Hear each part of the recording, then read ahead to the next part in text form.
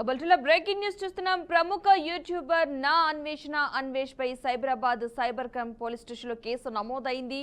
తెలంగాణ డీజీపీతో పాటు పలువురు ప్రముఖులపై తప్పుడు వ్యాఖ్యలు చేశాడనే అభియోగం అతనిపై నమోదైనట్లు సమాచారం.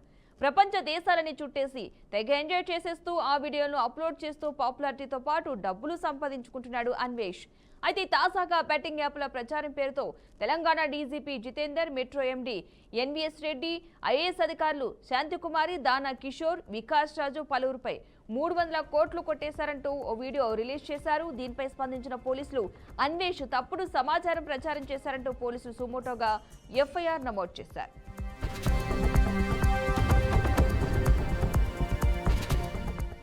దీనిపై మరింత సమాచారాన్ని మా అవుట్పుట్ ఎడిటర్ వెంకట్ అందిస్తారు. వెంకట్, చెప్పండి. యూట్యూబర్ అన్వేష్ పైన తెలంగాణ పోలీసులు సుమోటో కేసు నమోదు చేశారు. ప్రధానంగా ఆయన తెలిసిందే మనకి విదేశాలు ట్రావెల్ చేస్తూ యూట్యూబ్ అప్లోడర్ గా చాలా ఫేమస్. పెద్ద మొత్తంలో సంపాదన కూడా అతనికి ఉంది. రీసెంట్ టైమ్స్ లో బెట్టింగ్ యాప్స్ సంబంధించి కొంత పెద్ద ఎత్తున వివాదం జరిగింది. కొంతమంది సినీ సెలబ్రిటీలు ఎవరైతే ఉన్న ప్రముఖులు ఉన్నారో వారి మీద అంటే అన్వేష్ తన వీడియోల ద్వారా వాళ్ళు ఈ విధంగా చేస్తున్నారు, బెట్టింగ్ యాప్స్ గురించి ప్రమోట్ చేస్తున్నారని గతంలోనే చెప్పారని, కానీ ఎవరు పట్టించుకోలేదు. ఇప్పుడు వాళ్ళు చేసిన తప్పుకు శిక్ష పడుతుంది. అందరినీ కూడా నోటీసులు. వీళ్ళంతా కూడా చాలా మంది ప్రముఖులు, సినీ సెలబ్రిటీస్ చాలా మంది ఆ బెట్టింగ్ యాప్ ని ప్రమోట్ చేస్తూ చాలా మంది నాయకుల యొక్క డబ్బులు గుంజేసే వాళ్ళు కోల్పోయేలాగా చేశారు అని కొన్ని వివాదాస్పద వ్యాఖ్యలు చేయడం, ఇదంతా ఒక ఆస్పెక్ట్ అయితే లేటెస్ట్ గా తాజాగా ఆయన పెద్ద సీరియల్ జరిగింది. Telangana DGP metro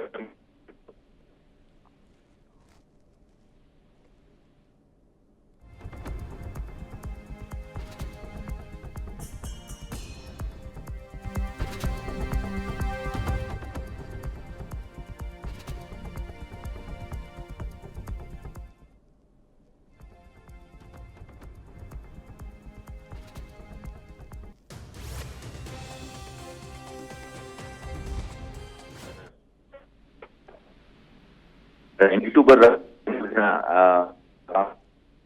recent times లో ఆయన చాలా పాపులర్ గా చాలా మంది మీద అలిగేషన్ చేయడం జరిగింది. వారంతా సినీ సెలబ్రిటీస్ కూడా బెట్టింగ్ యాప్లను ప్రమోట్ చేసి అమాయకులను నమ్మించి ప్రయత్నం చేసి డబ్బులు పోగొట్టుకునేలాగా సెలబ్రిటీస్ చేసినట్టు కొన్ని అవి వాటి వరకు అయితే సెలబ్రిటీస్ సినిమాకి సంబంధించిన వాళ్ళు కావచ్చు, లేదంటే టీవీకి సంబంధించిన ఆర్టిస్టులు వీళ్ళందరూ కూడా ప్రొట్ చేయడం వల్ల సీరియస్ ఇంటెన్సిఫైడ్ అవడం వల్ల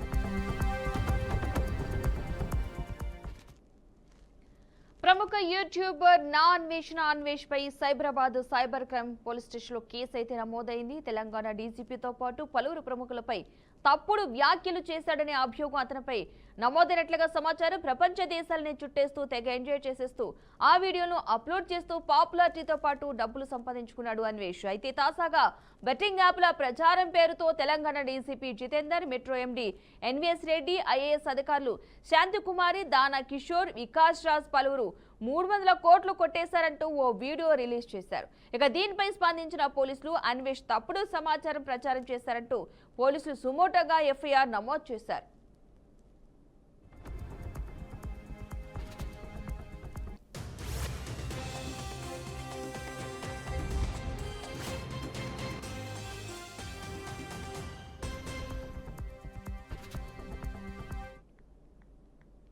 ధర్మపురి నియోజకవర్గం బుగ్గారం, పెగడపల్లి మండలంలోని పలు అభివృద్ధి, భూభారతి అమలు కార్యక్రమాల్లో మంత్రి సీతక్క పాల్గొనున్నారు. ఇక రేపు అభివృద్ధి కార్యక్రమంలో సీతక్క పాల్గొంటారని ధర్మపురి ఎమ్మెల్యే విప్ అడ్లూరి లక్ష్మణ్ కుమార్ తెలిపారు.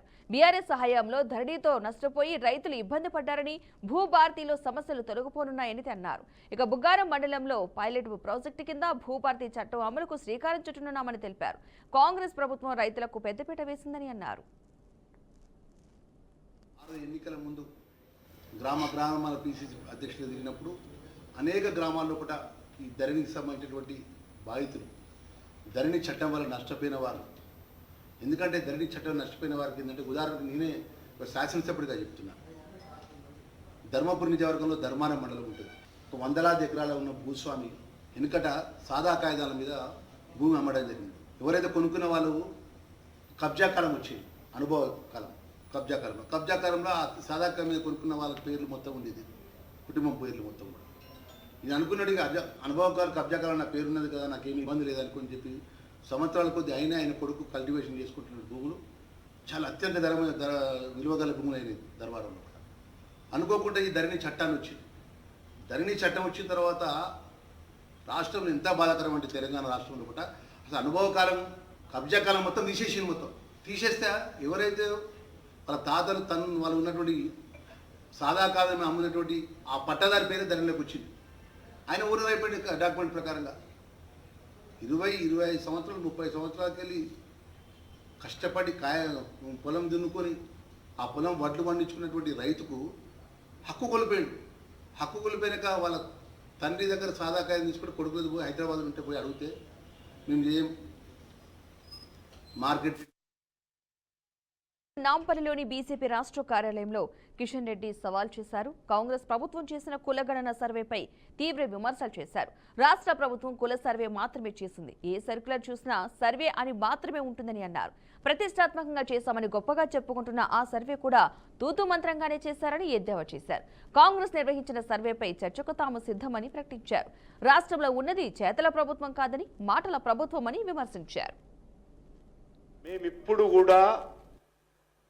మేమెప్పుడు శాసనసభలో కానీ శాసనసభ బయట కానీ మేము కుల గణన వ్యతిరేకించలేదు. ఫర్ యువర్ ఇన్ఫర్మేషన్, తెలంగాణ ప్రభుత్వం చేసింది కుల గణన కాదు.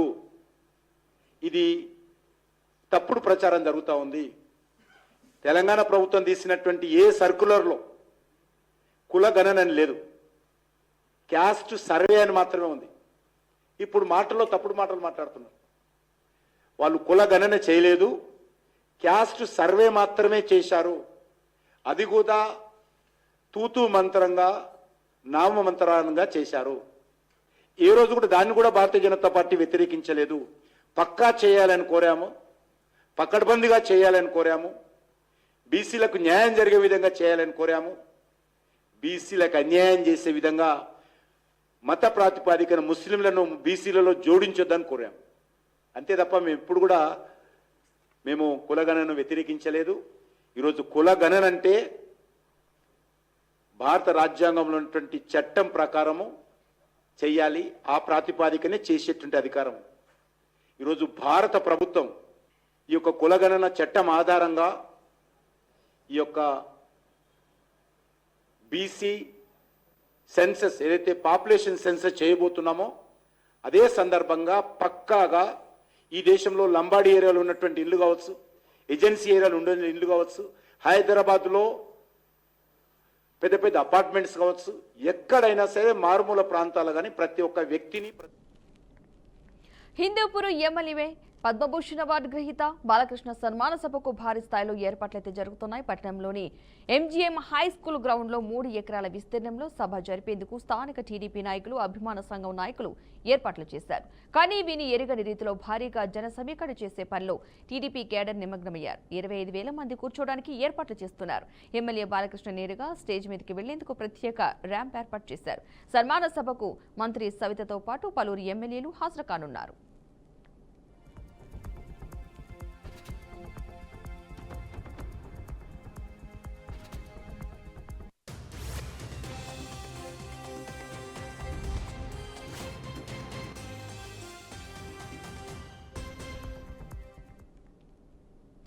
రంగారెడ్డి జిల్లా మహేశ్వరం మండలం తొమ్మలూరు గేట్ సమీపంలో రోడ్డు ప్రమాదం జరిగింది. ఆర్టీసీ బస్సు ప్రైవేటు బస్సు ఢీకున్న ఈ ఘటనలో 30 మందికి పైగా గాయాలయ్యాయి. హైదరాబాద్ నుండి కల్వకుర్తి వైపు వెళ్తున్న ఆర్టీసీ బస్సు ప్రైవేటు బస్సును ఢీకొనింది.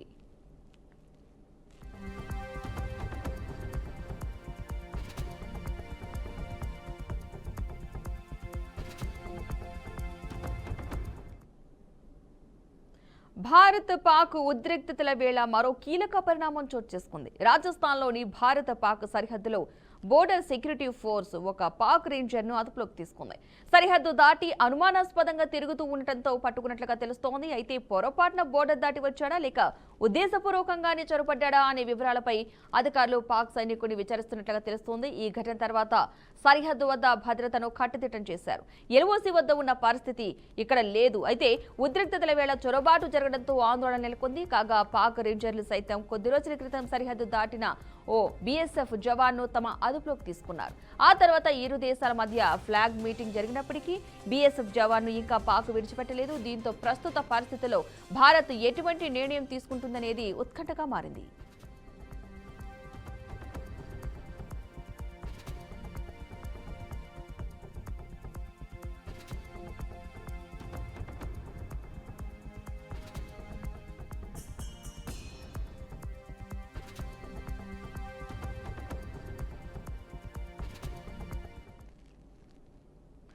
తెల్లవారుజామున రాష్ట్రంలో జరిగిన రోడ్డు ప్రమాదంలో 6 ప్రాణాలు కోల్పోయారు. ఈ ఘోర ప్రమాదం ప్రకాశం జిల్లాలోని ఒంగోలులో చోటు చేసుకుంది.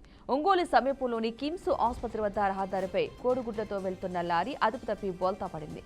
ఈ ప్రమాదంలో 3 అక్కడికక్కడే మృతి చెందారు. అయితే ఈ ప్రమాదం కారణంగా రోడ్డుపై పెద్ద ఎత్తున ట్రాఫిక్ నిలిచిపోయింది. ఇది గమనించకుండా ఓ లారీ వేగంగా వచ్చి ట్రాఫిక్ లో నిలిచిపోయిన కారును ఢీకొట్టింది. దీంతో ఆ కారు 2 లారీల మధ్య నుజ్జునుజ్జైంది. ఈ ప్రమాదంలో కారులో ఉన్న మరో 3 అక్కడికక్కడే మృతి చెందారు. మరో 5గురికి తీవ్ర గాయాలయ్యాయి.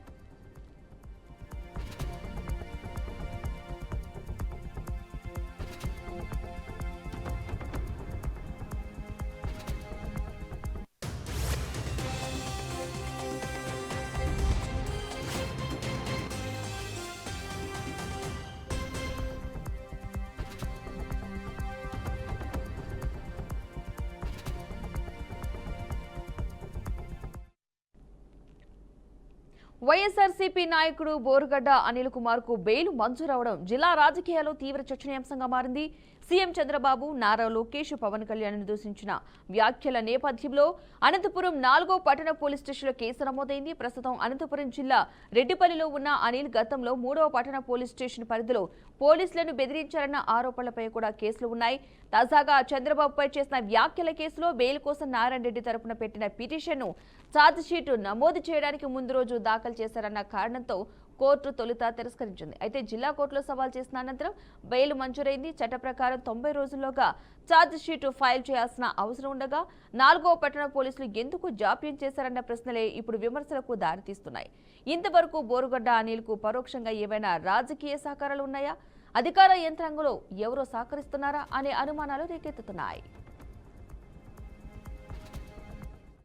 పిటిషన్ అంటే 90 డేస్ లోపల పోలీసులు ఛార్జ్షీట్ ఫైల్ చేయకపోతే ముద్దాయి హక్కు అది 90 రోజులు దాటిన తర్వాత కంపల్సరీ బెయిల్ మంజూరు చేయాల్సిన ఇది.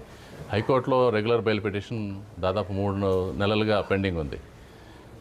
వాళ్ళు కానీ బెయిల్ పిటిషన్ పెండింగ్ ఉన్నా ఛార్జ్షీట్ ఫైల్ చేయలేదు. ఎంతసేపు పోలీసులు అరెస్ట్ చేయడం, లోపల తోసేయడం, వాళ్ళు ఇన్వెస్టిగేషన్ సరిగ్గా చేయకపోవడం. ఇన్వెస్టిగేషన్ చేయాల్సిన బాధ్యత ప్రతి క్రిమినల్ కేసులోన అరెస్ట్ చేసిన తర్వాత చాలామంది పోలీస్ ఆఫీసర్స్ ఇన్వెస్టిగేషన్ చేయరు. కొంతమంది సాక్షులను విచారించి చేస్తారు, తర్వాత పక్కన పడేస్తారు. సో ఇది చిన్న కేసు యాక్చువల్గా. అనవసరంగా సెక్షన్ 311 బిఎన్ఎస్ పెట్టడం వల్లనే ఇది నాన్ బెయిలబుల్ కేసు అయింది. మిగతాటివన్నీ యాక్చువల్గా మ్యాజిస్ట్రేట్ కోర్టులో బెయిల్ ఇచ్చే పరిస్థితి. మ్యాజిస్ట్రేట్ కోర్టుకు విచారణ జరిపే పరిధి కూడా లేకుండా జిల్లా కోర్టు విచారణ జరపాలనే ఉద్దేశంతో సెక్షన్ 311 బిఎన్ఎస్ సెక్షన్ యాడ్ చేశారు. అందువల్లనే బెయిల్ కూడా కోర్టులు ఇవ్వలేదు. సో 90 డేస్ అయిన తర్వాత మేము బెయిల్ పిటిషన్ చేసాం. బోరుగడ్డ అనిల్ గారి తరఫున ఎక్సైజ్ మ్యాజిస్ట్రేట్ వారి కోర్టులో అనంతపూర్లో 90 డేస్ అయిపోయింది, స్టాచ్యుటరీ బెయిల్ ఇవ్వాలని మార్చి 5వ తారీఖున మేము ఫైల్ చేసాం. సో అక్కడే ఆ మ్యాజిస్ట్రేట్ గారు 90 డేస్ కాలేదు, 89 డేస్ అయిందని డిస్మిస్ చేశారు మార్చి 12న. సో దాని మీద మళ్ళీ మేము రివిజన్ ఫైల్ చేసాం జిల్లా కోర్టు అపిలేట్ అథారిటీ. సో జిల్లా కోర్టులో ఫైల్ చేస్తే ఫస్ట్ అడిషనల్ డిస్ట్రిక్ట్ కోర్టు వారికి ట్రాన్స్ఫర్ చేశారు. అది ఫైనల్ హియరింగ్ నిన్న జరిగింది. ఈరోజు ఆర్డర్స్ పాస్ చేస్తూ 90 డేస్ పైన అయిందని బెయిల్ గ్రాంట్ చేయడం జరిగింది ఫస్ట్ అడిషనల్ డిస్ట్రిక్ట్ జడ్జి గారు. ఊర్లో 2 ఉన్నాయి. 4th టౌన్లో కేసు ఇది. ఈ కేసులో బెయిల్ వచ్చింది. ఇంకా 3 టౌన్లో కేసు ఉంది, అది 6th హియరింగ్ ఉంది. మ్యాజిస్ట్రేట్ గారు ట్రాన్స్ఫర్స్ ఉండడం వల్ల అది డిలే అవుతుంది. మండే ట్యూస్డే 6th ఈ నెల 6వ తేదీ హియరింగ్ ఉంది. ఆ తర్వాత ఈ కేసు వరకు రిలీజ్ చేయొచ్చు, కాకపోతే వేరే కేసులో ఉండడం వల్ల, ఆ కేసులో ఉండడం వల్ల రిలీజ్ అయ్యే పరిస్థితి. భారత నౌకాదళం తమ సత్తాను నిదర్శనంగా నిలిచే ఒక చిత్రాన్ని ఎక్స్ వేదికగా పంచుకుంది. సముద్ర గస్తీలో ఉన్న కీలక యుద్ధ నౌక, జలంతర్గామి, తేలికపాటి హెలికాప్టర్తో కూడిన ఈ ఫోటో ప్రస్తుతం ఆన్లైన్లో విస్తృతంగా ప్రచారమవుతుంది. భారత నేవీ త్రిశూల శక్తి, సముద్రం పైన కింద అలలు మీదుగా అని అర్థం వచ్చేలా ఆ ఫోటోకు శీర్షిక ఇచ్చింది. Any time, anywhere, any how అనే క్యాప్షన్ జత చేసింది. ఇది సముద్ర జలాల్లో నిరంతరాయంగా ఎలాంటి పరిస్థితుల్లోనైనా కార్యకలాపాలు నిర్వహించగల తమ సామర్థ్యాన్ని సూచిస్తోంది. ఇటీవల కాశ్మీర్లోని పహల్గాంలో పర్యాటకులపై జరిగిన ఉగ్రవాది దాడి నేపథ్యంలో పాకిస్తాన్తో మరోసారి ఉద్రిక్తతలు నెలకొన్న తరుణంలో నౌకాదళం ఈ చిత్రాన్ని పంచుకోవడం ప్రాధాన్యతను సంతరించుకుంది.